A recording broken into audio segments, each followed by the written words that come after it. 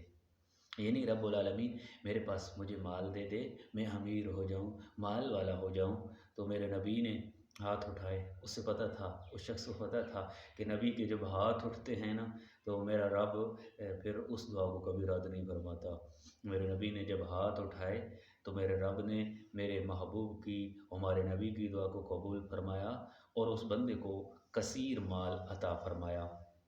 آہستہ آہستہ وقت گزر گیا، اس کے پاس مال آتا رہا، ہاں وہ بہت مالدار ہو گیا، بکریاں کثیر تعداد کے اندر اس کے پاس موجود ہو گئیں۔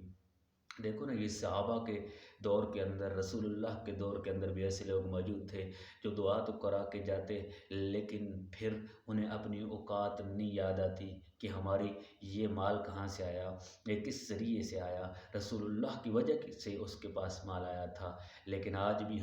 ہمارے پاس مال نہیں ہوتا، اولاد نہیں ہوتی، کوئی بھی ایسی چیز نہیں ہوتی، تو ہم جو ہیں اللہ کے ولیوں کے پاس جاتے ہیں، پیروں کے پاس جاتے ہیں، مزارات پر جاتے ہیں، دعا کرتے ہیں کہ رب العالمین مجھے مال دے دے، رب العالمین مجھے اولاد دے دے۔ لیکن جب اولاد مل جاتی ہے، جب مال مل جاتا ہے، تو ہم اپنے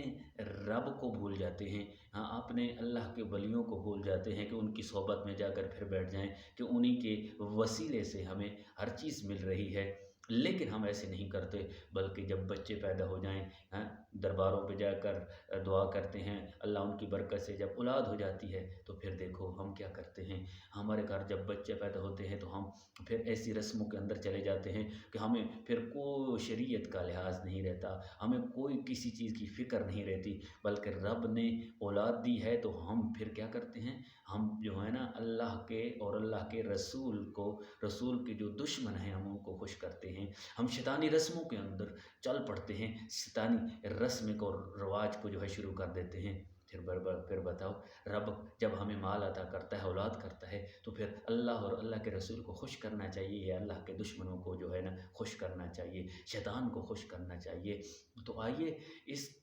جو ہے نا اولاد ہے، جو مال ہے، جو اب بھی آپ کو ملے تو ہم رب کا شکر ادا کریں، رب کا جو ہے سامنے جھک جائیں۔ تو اس وقت ابھی ایک شخص تھا جو آپ حضور صلی اللہ علیہ وسلم کے پاس آیا، تو اس کے پاس کثیر مال ہو گیا، تو پھر وہ بھول گیا رب کو، رب کے رسول کو بھول گیا۔ تو میرے نبی نے فرمایا جاؤ اسے کہہ دو کہ تم جو ہے اپنی بکریوں کی زکوٰۃ نکالو، اپنے مال کی زکوٰۃ نکالو۔ جب اس کے پاس شک کیا تو اس نے انکار کر دیا، پھر میرے نبی نے سختی سے بھیجا، تو پھر اس نے لاغر بکریاں جو ہیں وہ بھیج دیں کہ یہ رسول اللہ کی برگاہ میں جو ہے یہ پیش کر دیں۔ تو جب رسول اللہ کے پاس آئیں تو وہ زکوٰۃ کا منکر ہو چکا تھا، تو میرے نبی نے جب دیکھا تو یہ جو لاغر بکری ہیں میرے نبی نے پھر واپس کر دیں۔ تو آدمی کو جب مال مل جائے، کسی کے وسیلے سے مل جائے، تو پھر یاد رکھنا، رب کو اور رب کے رسول کو کبھی نہ بھولنا۔ رب کعبہ کی قسم، اسی کے اندر ہماری بقا ہے، اسی کے اندر ہماری عزتیں ہیں، اسی کے اندر ہماری برکتیں ہیں۔ تو جب بھی کوئی فضل ہو جائے تو رب اور رب کے رسول کو کبھی نہ بھولنا، رشتہ داروں کو بھول جائیں اور چیزوں کو بھول جائیں، لیکن اللہ اور اللہ کے رسول کو کبھی نہ بھولنا، کیونکہ انہی کی وجہ سے ہمارے گھر کے اندر برکتیں ہیں، رب اور رب کے رسول کی وجہ سے ہی ہم اس دنیا میں آئے ہیں، تو پھر انہیں ہی کی بات کیجیے۔ دعا کہ اللہ کریم ہم کو شیطانی رسموں سے ہٹ کر اللہ اور اللہ کے رسول کو راضی کرنے کی توفیق عطا فرمائے۔